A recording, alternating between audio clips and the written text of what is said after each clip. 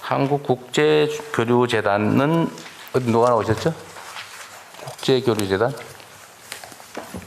예, 한국국제교류재단 이사장 송기도입니다. 아, 네네. 여기서 많이 보던 분인데. 네. 여기에 기금으로 운영한다고 그랬죠? 예, 기금의 재원이 뭐예요? 어디서 오는 건가요? 이 기금은? 국제교류기금은요. 네. 그 우리나라 국민들이 여권을 내면 네. 지금은 12,000원씩 여권 발급 수수료? 예, 국제교류액 수수료에서 12,000원을 그러니까 10년짜리 여권을 발급받으면 현재 5만 원을 내고 있는데요. 네. 거기서 12,000원을 저희 기금으로 주고 있습니다. 아, 5만 원 받아가지고 기금으로 15,000원 주는데. 예, 근데 원래 그게 15,000원이었는데 이게 1991년부터 이게 기금이 모아져서 15,000원이었는데 2024년 총선을 앞두고 윤석열 정부에서 이게 부담금 정비 및 관리 체계 강화 방안이다 그래서 총선 직전에 민생에 직접 부담을 준다. 12,000원으로 내려버리는 바람에 12,000원으로 내렸습니다. 기금이 확 줄어들었다. 예. 그래서 이게 10년에 3,000원이니까 1년에 300원 줄인 겁니다. 그래서 잠깐만. 네, 부담이 안 되는데 이걸 부담을 줄여서 저희로서는 이 국제교류재단의 기금 재원의 96%가 여기서 옵니다.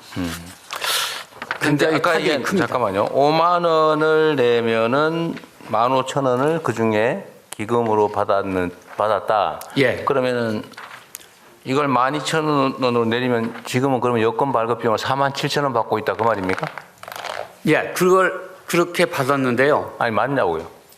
예, 47,000원 받고 47,000원씩 받는 걸로 알고 있습니다. 그걸 다시 5만 원으로 올리고 13,000원을 더 늘렸다. 예, 그렇게 해주시면 최근에 이게 아까 대통령님께서 핵심이 문화라고 아까 말씀을 하셨잖아요. 공공 외교의 가장 중요한 게 상대국 국민을 대상으로 하고 있는 문화 외교입니다. 그래서 지금 이 물실혹이라고 특히 뭐 K-팝이나 K-컬처가 나오는데 네, 이때 좀 많이 해야 될 것 같은데. 네. 그런데 여기 업무 내용이 도대체 뭘 하는 거지? 이런 느낌이 조금 드는데? 그 업무 내용을 보면요. 네. 저는 기본적으로 그 공공외교인데요. 네. 공공외교가 중요하고 필요한데 거기서 어떤 기여를 하는 거예요? 그 다양한 것들이 있습니다. 근데 이제 가장 중요한 거는 이 한국 관심을 확산시키는 일입니다. 이게 한국에 대한 이해를 확산시키는 그러기 위해서 일인데, 구체적으로 뭘 하냐고요? 예, 혹시 한강 작가가 네. 노벨 문학상을 받았는데요. 네. 그때 노벨 문학상을 받았을 적에 그 영어로 번역했던 데보라 스미스라는 네. 사람이 있습니다. 네. 그분이 그 영국의 런던 대학의 아시아 연구소에 있었는데 네. 그 코리아 파운드 한국교류재단에 지원을 받았던 장학금 수혜자입니다. 아, 그래요? 그리고 알았습니다. 더불어서 네, 알았습니다. 같은 대학에 있었던 스웨덴어 번역을 했던 분은 네. 영국 런던의 대학에 같이 있었는데 우리 교류재단의 수혜자입니다. 수혜 교수입니다. 알았습니다. 네. 예. 자, 재외동포청은 이거 하나 물어볼게요. 이 경계가 좀 불분명해서 그런데 재외국민하고 재외동포는 형식적으로는 구분이 돼요. 그러죠? 한국 출신인데 외국 국적을 가지고 있는 사람 아니면 재외동포. 그 재외동포. 예. 네, 우리나라 국적법에 의해서 가지고 있는 사람은 근데 해외 나가 있는 사람은 재외국민. 재외동포에 포함되는데 재외국민으로 국적을 가지고 있기 때문에 별도로 거기에서 구분을 하고 있는 겁니다. 재외국민. 일시적으로 해외에 나가서 뭐 몇 달 몇 년인 사람은 재외국민 아니에요? 대체로 90일 이상 체류했을 때 90일 이상을 기준으로 합니까? 예. 네, 그렇게 기준이 있다고 치고요. 자, 전에 국무회의에서도 얘기를 한번 했는데 동포 또는 재외 국민을 소재 국가별로 차별하는 느낌이 좀 들 때가 있거든요. 예를 들면 중국 동포, 재미 동포, 제일 동포 똑같이 취급합니까? 어때요, 실제로? 조금씩 다른 조건들이 있습니다. 있죠. 예. 그렇게 하면 안 되는 거 아닌가요? 그런데 이제 그 지역에 따라서 가령 고려인이나 중국 동포들 같은 경우에 조금 더 그러니까 여기에 국내에 들어오는 목적이나 때로는 그 역사적 특수성들이 있기 때문에 조금 좀 다를 수는 있는데요. 일반적으로 좀 여기에서 이제 가지고 있는 느낌이 차별을 하는 그러니까 느낌만이 아니고 느낌이 거기에 더 불리하게 하는 차별이라기보다는 좀 더 어려운 동포들에 대한 좀 다른 지원들이 특별한 지원들이 있는 경우들이 있죠. 예를 들면 국적을 회복하거나 예. 아니면 국내 취업을 하거나 비자를 받거나 뭐 할 때 진짜 동등하게 취급해요. 지금은 예전에는 이제 H2 비자라고 그래서 우리 아니 동포- 결론만 얘기해 보세요. 막 복잡하게 얘기하면 잘 못 알아들으니까 정말로 모든 영역에서 공평하게 대우합니까? 아직까지 비자나 이런 부분에 있어서는 거의 공평한 기준을 적용하고 있다고 보는데요. 한번 혹시 그런 좀 국적 회복에 있어서도 동등한 기회를 줍니까? 예를 들면 제1교포 문제라든지 재미 동포들. 근데 지금 예를 들면 저기 중국 쪽에 있는 조선족. 그 조선족의 경계가 또 뭔지는 저도 잘 모르겠어요. 대체 이게 언제 간 사람은 조선족이고 언제 간 사람은 중국 동포예요? 그 경계는 뭡니까? 일단 그 조선 그게 그 언제 갔느냐의 시기에 따라서 다른 거예요. 그러니까 그 시기가 그 경계도 불분명하더라고요. 대체로 이제 뭐 제중동포 또는 조선족을 같은 뜻으로 사용을 하기도 하는데요. 근데 예를 들면 일제 시대 때 간 사람이 많잖아요. 물론 일제 시대 이전에 간 사람도 많죠. 예. 일제 시대 때 간 사람. 그런데 그 중에서 조선 호적을 그러니까 한국 호적을 가지고 있는 사람들이 있죠. 그렇습니다. 아니면 아버지 할아버지가 조선 호적을 가지고 있는 사람. 한국 국적을 과거에 가지고 있거나 사람의 호적이 자녀들. 있거나. 예. 그 사람들은 한국 사람이에요? 재외 동포예요? 재외 국민이에요? 그런데 그런 경우에는 대체로 이 조선족 같은 경우에는 이 중국 국적으로 다 이 지금 이 국적을 가지고 있는 상태들이 국적을 많습니다. 가지고 있지만 그런데 거기에는 재외 그냥 동포로 치고요. 근데 재외 미국 같은 국민은 경우 아닙니다. 미국에 있는 사람들은 좀 다르게 우리가 취급하고 있지 않냐 그 말이에요. 그건 우리는 보통 그런 경우는 미국 같은 경우 이중 국적이라고 표현하지 않아요. 아버지가 한국 사람이면 자식도 한국 사람인 게 우리 법이잖아요. 예, 그렇습니다. 그럼 할아버지가 한국 사람이면 손자도 한국 사람 맞죠? 그런데 한국 국적을 등록은 안 했더라도 한국 사람인 건 맞잖아요. 그런 경우에는 국적을 회복할 수 있죠. 그럴 때 재미 동포와 재중 동포를 동등하게 취급하고 있느냐라고 하는 게 제 질문이에요.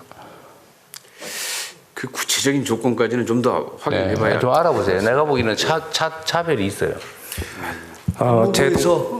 아마 말씀하십시오. 법무부 예, 아무나 말씀하세요. 예, 재해동부청 정책국장 이기성 말씀드리겠습니다. 지금 대통령님께서 질문하신 내용과 관련해서는 조선족, 고려인에 대해서는 약간 재미동포, 제일동포가 다른 우리가 비자 정책이라든지 국적 정책을 좀 취하고 있습니다. H2 비자라는 별도의 비자 제도는 고려인, 조선족에만 해당되는 비자입니다. 그렇지만 재미동포라든지 제일동포가 우리 비자, 체류 자격을 얻을 때는 F4 비자, 훨씬 더 영주하는데, 체류하는데 편리한 제도를 운영하고 있는데 대통령님이 지침을 주셔서 내년도 상반기 중에 1월 중에 아마 두 비자 제도는 통합이 돼서 체류 자격에 있어서의 차별 문제는 해소될 것으로 보입니다. 그런데 국격 회복 절차도 약간 차등이 있긴 한데 그 말씀 주셨던 복수국적 재미동포들 65세 이상 대부분의 대외 동포들은 복수국적 제도가 인정되는 국가이기 때문에 우리 국적을 65세 이상이 되면 회복할 수 있습니다. 우리 국적을. 그렇지만 조선족 그러니까 중국 동포죠. 중국 국적인데 중국은 우리와 같이 단일 국적주의이기 때문에 국적을 우리 회복하지는 않습니다. 그러니까 중국 국적을 포기해야만 우리 국적을 얻는 제도로 되어 있습니다. 예, 이상입니다. 그건 이제 중국의 법제 때문에 그렇다는 거고, 근데 문제는 이제 우리 국내적으로 내부에서는 최소한 각 재외 동포들의 소재 국가에 따라 차별하지 않는 게 바람직하겠다. 이제 내년부터는 이제 가능한 부분부터 한다 그 말이죠. 네. 그럼 뭐 됐고요. 네, 혹시라도 이렇게 비자뿐만이 아니고 체류 자격이나 국적 회복이나 뿐만이 아니라 다른 영역에서도 혹시 차별이 있지 않나 잘 챙겨봐 주시면 좋겠어요. 네, 차별 없는 포용적 동포 정책으로. 네.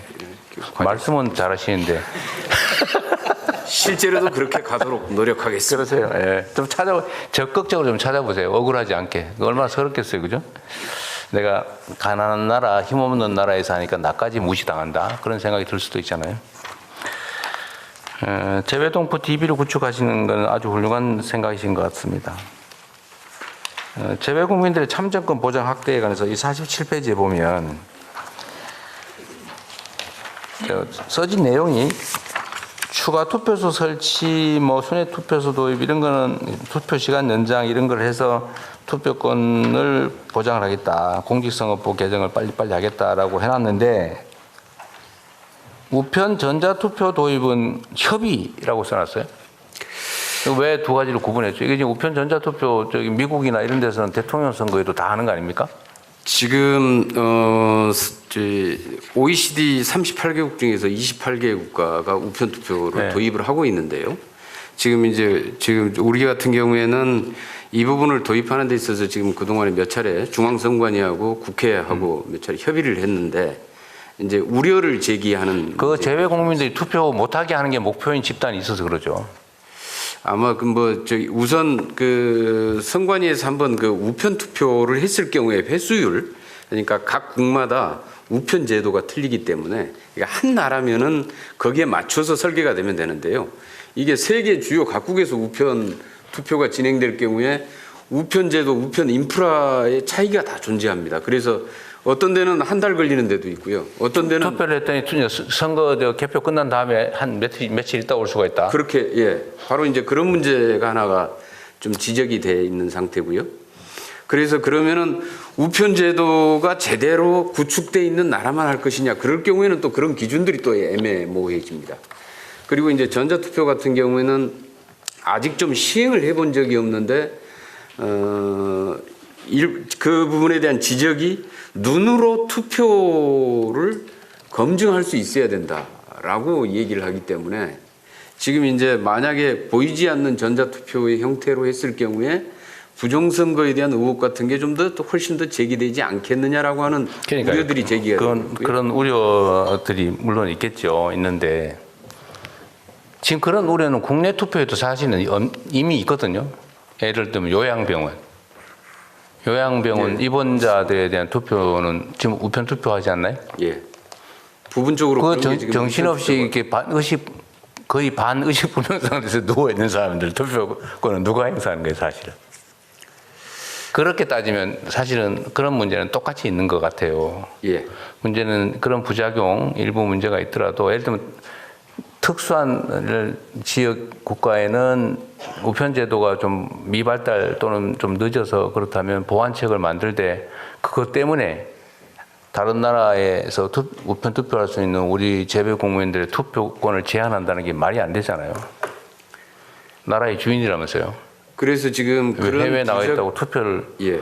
사실상 못하게 하면 되겠습니까? 그런 부작용들이 설령 가능성이 있더라도 이 부분을 전체적으로 큰 참정권이라는 틀 속에서 어떻게 이 부분을 인정하고 제도로서 도입할 네. 것인지에 대한 좀 국민적인 합의가 그러니까 필요할 것 같습니다. 협의할 게 아니라 추진을 하세요. 당연한 걸 갖다가 전에 우편 전자투표 등 가능한 참정권 확대 방안을 지금 입법으로 국회 추진해야죠. 법안도 발의가 되어 있는 그러니까요. 상태고요. 국회에서 지금 심의도 이루어지고 네, 있습니다. 논의를 이렇게 재외동포청이 너무 소극적으로 응하고 있는 느낌이 아니요, 동포청은 굉장히 적극적으로 하고 있습니다. 근데 분류는 아닌데요. 위에는 입법 추진 써놓고 밑에는 협의 이래 써놨어 내가 하는 거예요. 왜 분류하지 마세요? 동포청은 이거는. 일단 동포의 요구들이 동포사의 요구가 워낙 강력하기 때문에 네. 동포청은 굉장히 강력하게 추진을 하는데 강력하게 하세요. 그러면. 동포청이 힘이 별로 좀 없어서 자, 동포 전담 영사를 도입하자는 얘기도 있는데 영사는 원래 동포 전담 아니에요? 원래 영사가 동포 업무하는 걸 영사라는데 동포 업무는 원래 전담하는 이제 그 동포 업무까지를 해야 되는데 아까 말씀드린 우선 재외 국민의 사건 사고 내지는 여권 비자 관련된 업무 이제 이런 것에 먼저 우선적으로 일을 처리하게 돼 있습니다. 그러다 보니까 이제 동포 밀집 지역 같은 경우에는 인력을 늘리란 말을 이렇게 어렵게 업무가 쓰는 거죠. 과중돼 가지고 실제로 여타의 다른 외국 국적 동포를 챙기거나 할 시간이 예, 굉장히 어쨌든 인력을 늘리자 그 말을 이렇게 써놓은 거군요. 그러면 하여튼 이건 외교부에서 판단해야 될 일인데 어쨌든 인력을 늘리는 건 그렇게 쉽지는 않은데 전체적으로는 어쨌든 부족한 건 맞는 것 같아요. 네, 그렇습니다. 그런데 이제 쉽게 얘기하면 재외동포청이 주재관을 좀 보냈으면 하는 것입니다. 저희들은 이미 외교부 소속 영사들이 아니, 원래 그 업무를 하고 있는데 무슨 그렇습니다. 그래서 그걸 현명하게 네, 외교부로 받아서 보내는 방안을 검토하겠습니다. 네. 재외동포청이 꾀를 내신 것 같은데 잘 안 넘어가는 것 같네요. 재외동포청 소속의 영사를 보내자는 취지로 보인다. 네, 그렇습니다. 그런데 그 외교부 산하청이기 때문에 네, 다른 주재관이 아니고 외교부로 받아가지고 저희가 네. 보내겠다. 그렇게 그런 방향으로 네. 하겠습니다. 어쨌든 재외동포청은 새로 생긴 기관이기도 한데 재외국민 숫자가 240만 명이라면서요. 네, 247만. 그러니까요. 그게 그 엄청난 수의 대한민국 국내로 따지면은 한 개 큰 도 규모의 국민들이 해외에 있는데 이분들한테 투표하면 20만 명밖에 투표 안 하고 그러죠. 10분의 1도 안 하죠. 예. 그 말이 안 되지 않습니까? 그것도 실제로 그 사람들이 게을러서 안 하는 게 아니고 비행기 타고 무슨 6시간 가서 투표를 했니 무슨 차 타고 1박 2일로 가서 투표를 했니 그러고 있잖아요. 실제로 그런 경우 그러지 않게 해야죠. 어쨌든 그건 국가의 책임이라고 생각이 됩니다.